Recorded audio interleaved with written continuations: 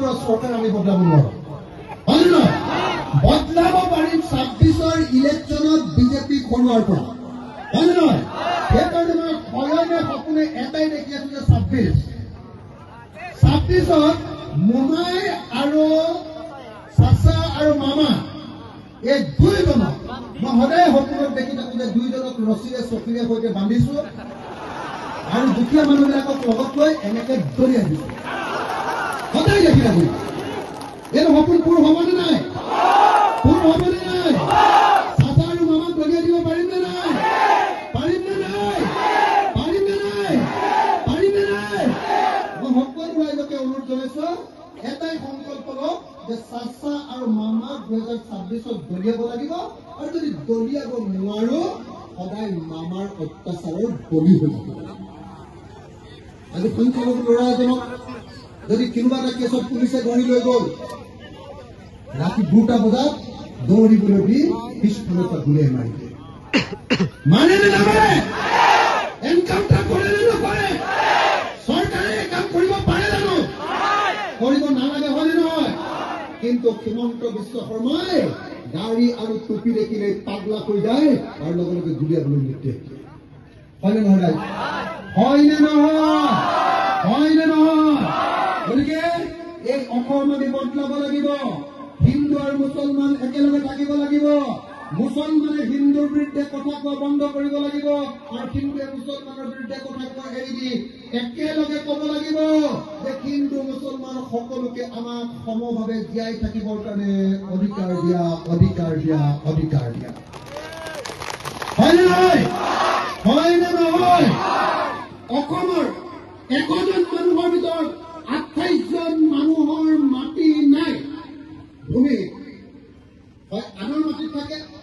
নহলে মাটি কিমান কল আছে ঘৰটো বনাবলৈও জোৰা নাই এনেকুৱা ধৰণৰ মুৰ্গীৰ গঁৰালৰ সমান ঘৰৰ নিচিনা এটা বনাই থৈছে 100জন মানুহৰ ভিতৰত 28জন মানুহৰ মাটিয়েই নাই হিন্দুৰো নাই মুছলমানৰো নাই বুজিছেনে চৰ চাপৰিও নাই চাহ বাগানো নাই এনে কাকো মাটি দিবৰ কাৰণে কোনো ব্যৱস্থা নকৰে খালি কয় মুছলমানে দেশখন খালে মুছলমানক মাজে মাজে এটা দুটা লাভ দি থাকিব পাৰিলে আমাৰ ভাল এইটো কি চৰকাৰ হ'ল এইটো কি চৰকাৰ হ'ল যি চৰকাৰে এটা জাতিক হকে বিহকে টাৰ্গেট কৰি অত্যাচাৰ কৰে সেই কামাৰটোক কোনো ভিক্লাৰিজিম বুলি কয় হয়নে নহয় সেইটোকেতো ফেচিবাদ বুলি কয় সেইটোকেতো স্বেচ্ছাচাৰী শাসন বুলি কয় আৰু সদায় আমি পৃথিৱীত দেখিছো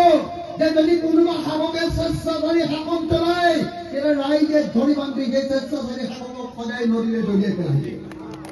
হয়নে নহয়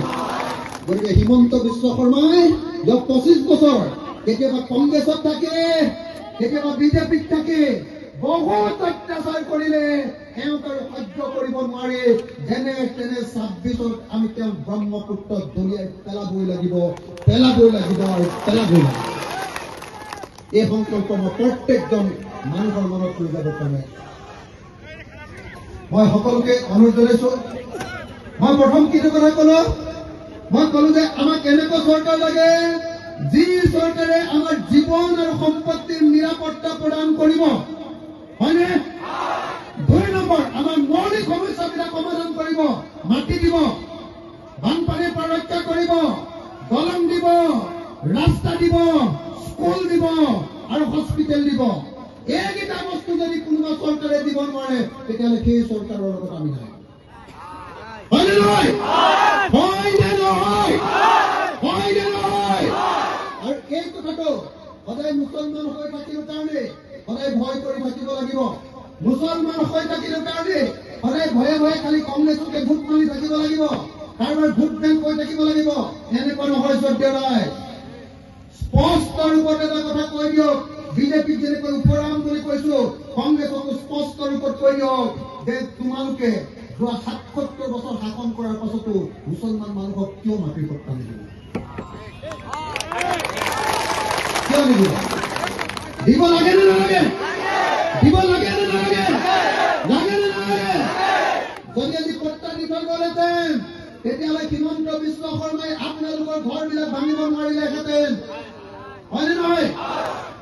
আন্দোলনকাৰী চাওক মই কাৰোবাক ভাল পাই কাৰোবাক তেল মৰা মানুহ নহয় মই স্পষ্ট ৰূপত এটা কথা কৈছো বিজেপি আমাৰ আটাইতকৈ ডাঙৰ শত্ৰু